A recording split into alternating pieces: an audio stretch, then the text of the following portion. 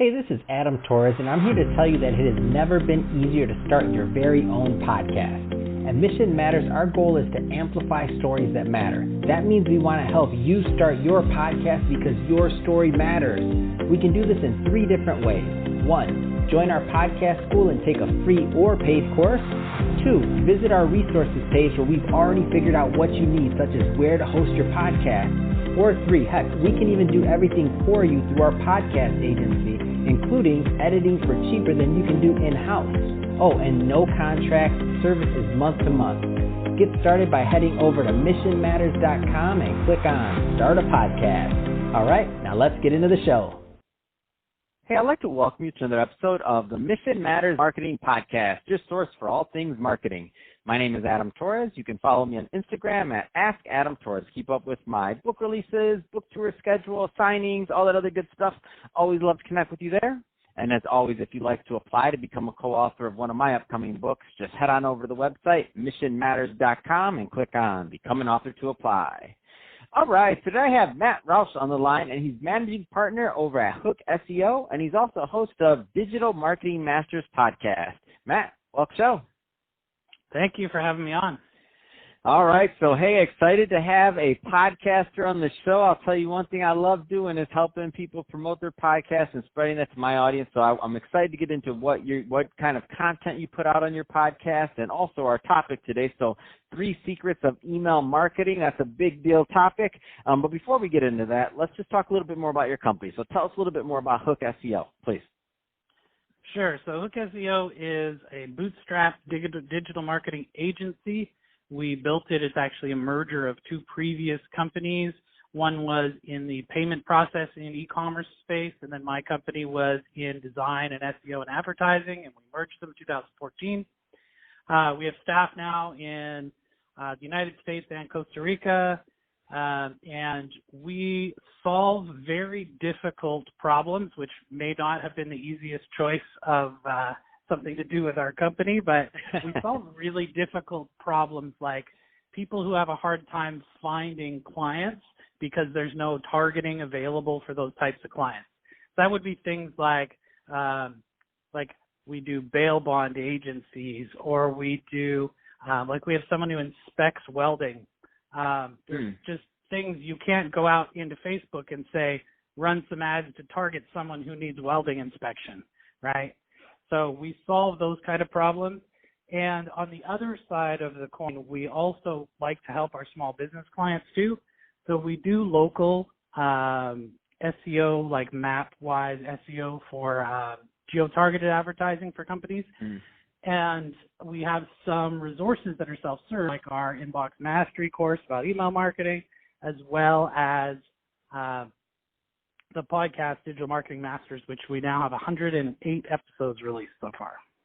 Wow, that's absolutely amazing. So that's awesome. And let's get a little bit further into the podcast. So tell us a little bit more about the content you put out and the types of interviews. Let's get into that one. So again, it's called Digital Marketing Masters Podcast. Definitely want everyone to go check that out. Yeah, the Digital Marketing Masters Podcast, I wanted it to be something a little bit different. So what we do is we look for someone who can provide some kind of actionable, tactical information every single episode. So you won't listen to an episode where you don't have something that you can take away and use to build your business. And we've been doing that. We release twice a week now, and we've been doing it for almost 2 years now.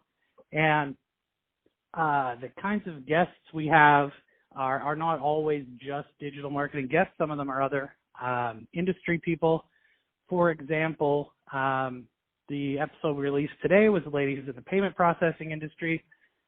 We have one coming up from a fantastic charity organization called Answer to Cancer that does patient information, like an online event for people to find information about cancer treatment and stuff like that. And then I interviewed a gentleman earlier today who is a writer for video games, but he's also a copywriter. And so we talked about business copywriting too. So that's kind of some of the information that we have on our podcast. It's really fun. Man, that's awesome.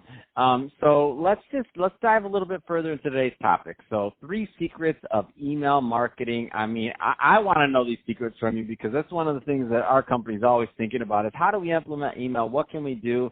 How do we reach out to the right audience and the right people? I mean, where do you want to start this topic? What's some secrets? So the number one secret of email marketing is the secret that almost no one tells anyone about doing email marketing. And that is you have to create something of value to your target market that they would pay for, and then you need to give it to them for free.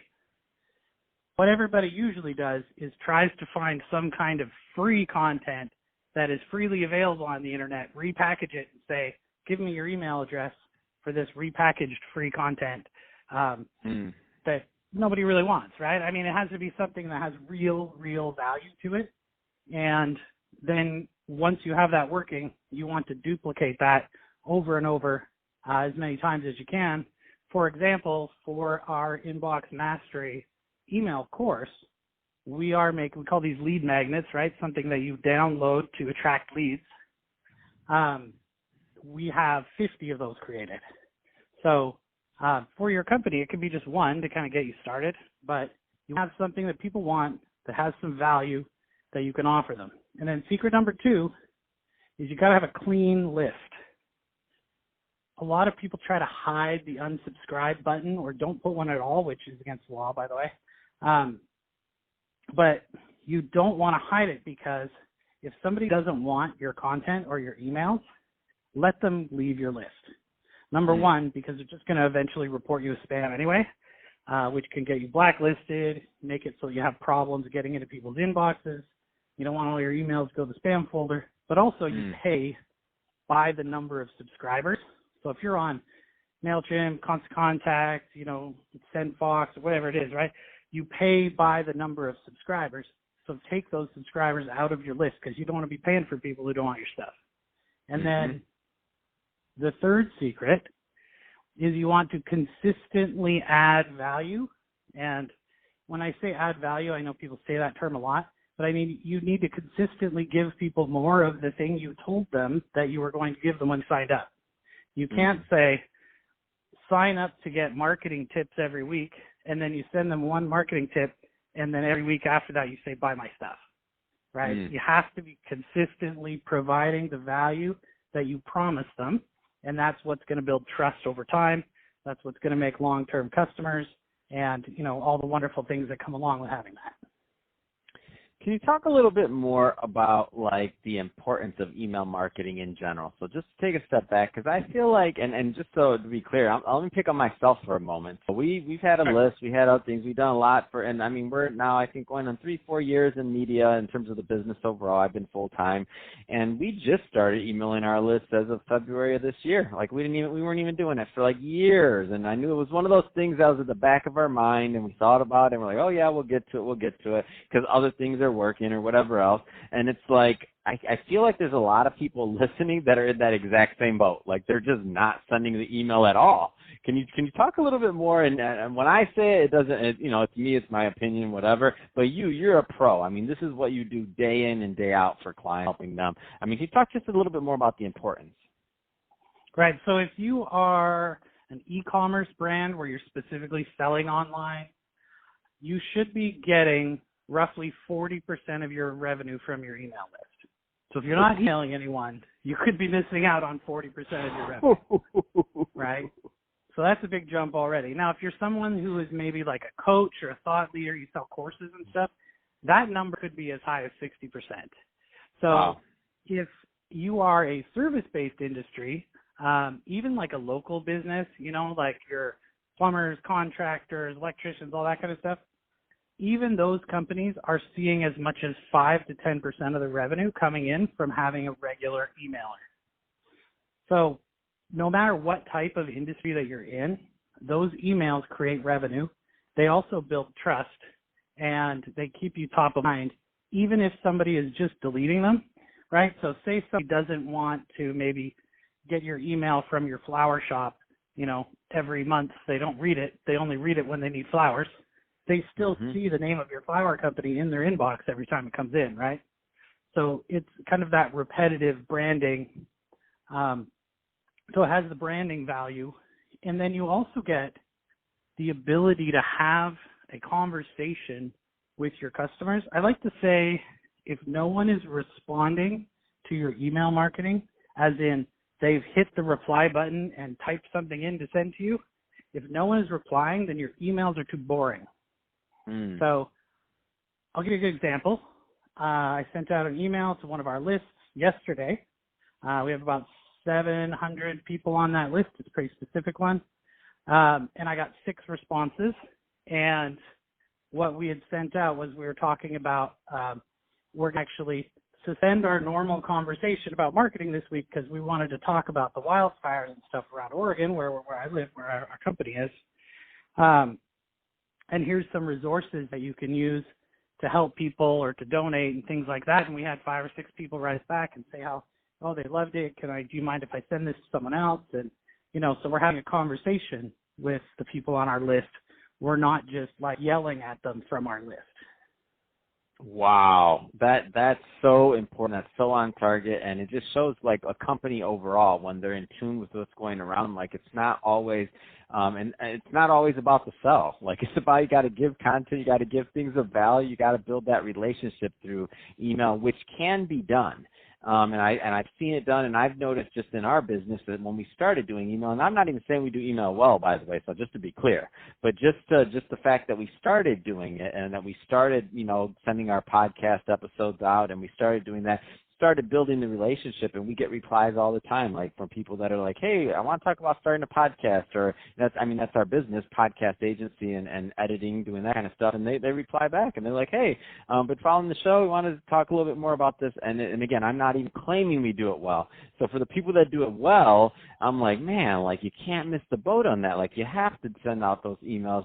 Can you talk a little bit more about the content aspect of things? And what that looks like. And I know it's going to be different, by the way, so I don't mean that a loaded question because every company is going to be different. Everybody's going to have a different message. So I don't mean like specifically what to send. I mean more so like the importance of the messaging that they want to convey, because for you, like that shows your brand immediately. Like you're very in tune with, you're obviously working in the local market for a certain portion. You said that was a very specific list, right? Had to have been in Oregon if you're going to tell them and educate them about that. But talk a little bit more about the importance of the content and that you're not just spending 5 minutes on this and just hitting the send. Right.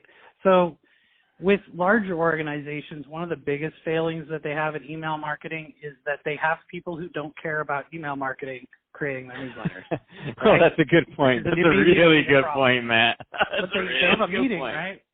They have a meeting with 7 people around the table, and the boss says, okay, guys, we need to have an email newsletter. And then somebody gets put in charge of it, usually an admin or, someone in the marketing department, and that person goes out to the, like the head of engineering and says, I need an article from you for the newsletter, and then they write something that is full of jargon and worthless that no one's going to read. It really needs to be a conversation around whatever it is that you promise people you're going to give them in the first place.